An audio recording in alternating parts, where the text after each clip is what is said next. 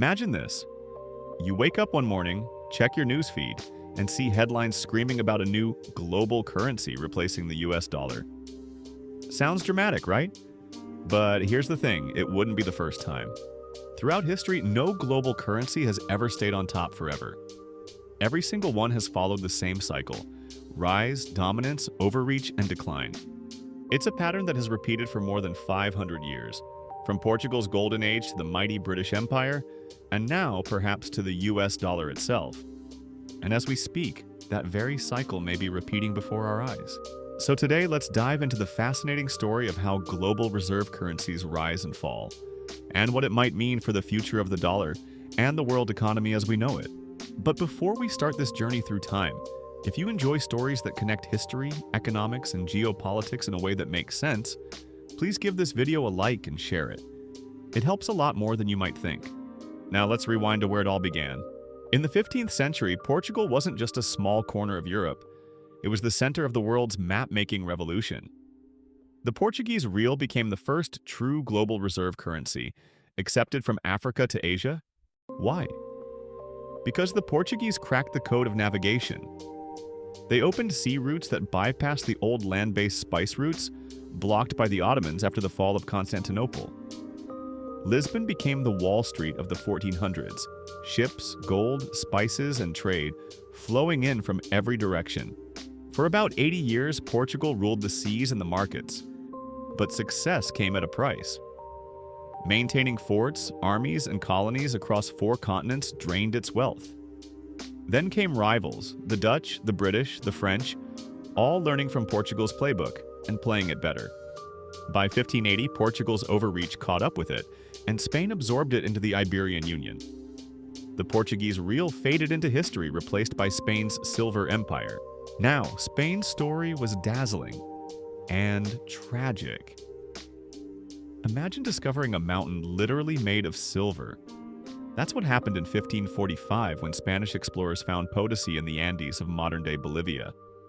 For almost a century, Spain minted so much silver that its pieces of 8 became the first global currency. It even circulated as legal tender in the United States until the 1800s. But when easy money flows endlessly, bad habits follow. Spain's rulers borrowed like there was no tomorrow. Wars, palaces, global ambitions. And by the time Philip II took over, the country was drowning in debt. Inflation soared, prices quadrupled, and when the silver supply fell, Spain collapsed under its own weight.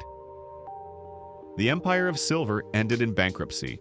Then came the Dutch, a tiny nation that built a financial empire without conquering the world. In the 1600s, the Dutch guilder became the most trusted currency on Earth, thanks to something revolutionary: financial innovation. The Dutch created the world's first central bank, the Bank of Amsterdam, along with the first stock exchange, insurance markets, and even the concept of limited liability companies. For a century, the guilder was the lubricant of global trade. But once again, the cycle repeated. Military adventures, wars with Britain, and the collapse of the Dutch East India Company drained the nation's resources. The guilder lost its crown and the torch passed, this time to Britain. The age of the British pound sterling. Backed by industrial power and global colonies, the pound ruled the world for more than 2 centuries. From the 1700s to World War II, the pound was as good as gold, literally. Britain's gold standard made its currency the benchmark for global trade. By the early 20th century, London wasn't just a city, it was the heart of world finance. Over 60% of global trade was conducted in pounds, and the British Empire controlled a quarter of the Earth's land and population. But empires are expensive to maintain. 2 world wars drained Britain dry. After 1945, the UK had won militarily but lost financially. Its debt reached 270% of GDP, and the once dominant pound slowly gave way to a new power rising across the Atlantic, the United States. In 1944, as World War II was ending, delegates from 44 nations gathered in Bretton Woods, New Hampshire. Their goal? To rebuild the global financial system. The result was the Bretton Woods Agreement, which made the US dollar the new anchor of world trade, backed by gold at $30 per ounce. The transition from the pound to the dollar was now official, And for the next few decades, America's economic might seemed unstoppable. The world trusted the dollar, the US dominated manufacturing, and Wall Street became the new center of gravity. But in 1971, President Richard Nixon shocked the world. He ended the dollar's link to gold, breaking the Bretton Woods system. The dollar was now just paper, backed only by trust. That could have been the end of its dominance, but America made another genius move. After the 1973 oil crisis, Washington struck a deal with Saudi Arabia. All oil would be sold exclusively in US dollars. In return, America would guarantee Saudi security. Soon, every OPEC country joined in. This created the petrodollar system, ensuring that every nation needed dollars to buy energy. This gave the US an extraordinary privilege, the ability to print the world's most demanded currency. The dollar became not just a national currency, but a global one. For decades, it worked perfectly. The dollar's share of global reserves peaked at over 70% in 2000. But that dominance is now eroding. By 2024, it had fallen to 57.8%, the lowest in half a century. If you're still watching, here's something I'd love to hear from you. Do you think the dollar's decline will be gradual, or could it fall suddenly, like a financial shock? Let me know in the comments.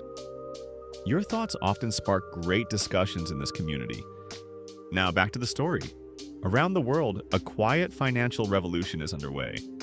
The BRICS nations, Brazil, Russia, India, China, and South Africa, have expanded to include new members like Egypt, Iran, and the UAE.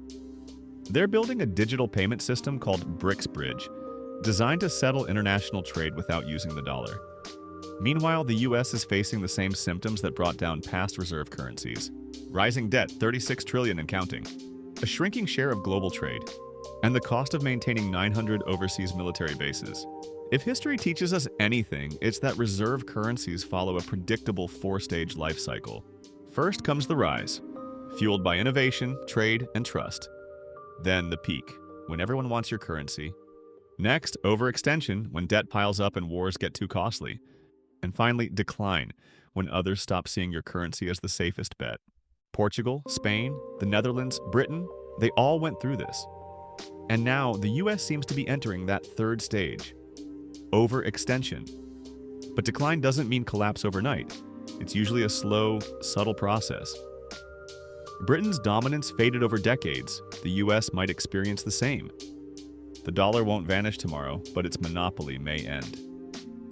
The world is moving towards something new, a multipolar currency system where multiple nations share financial influence.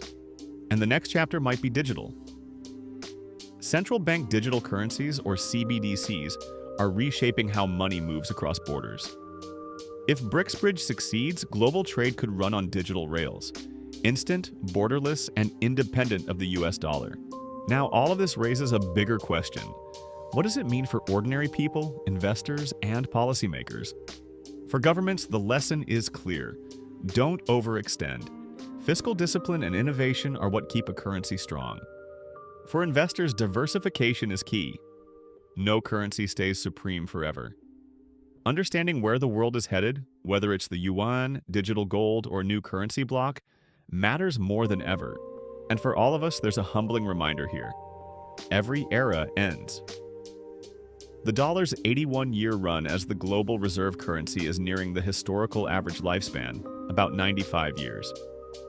The signs are there, the patterns are familiar, and history, well, it never repeats exactly, but it rhymes. We might be watching the final act of the dollar's dominance, just as earlier generations witnessed the fall of the pound, the guilder, or the Spanish silver dollar. But remember, when one era ends, another begins. New systems rise, new powers lead, and new opportunities emerge. If you found this exploration valuable, please subscribe, hit the notification bell, and give this video a thumbs up so more people can see it. Thank you for watching, and for being part of a community that digs deeper into how money, history, and power shape our world. Until next time, stay curious, stay informed, and keep watching the cycles of history unfold.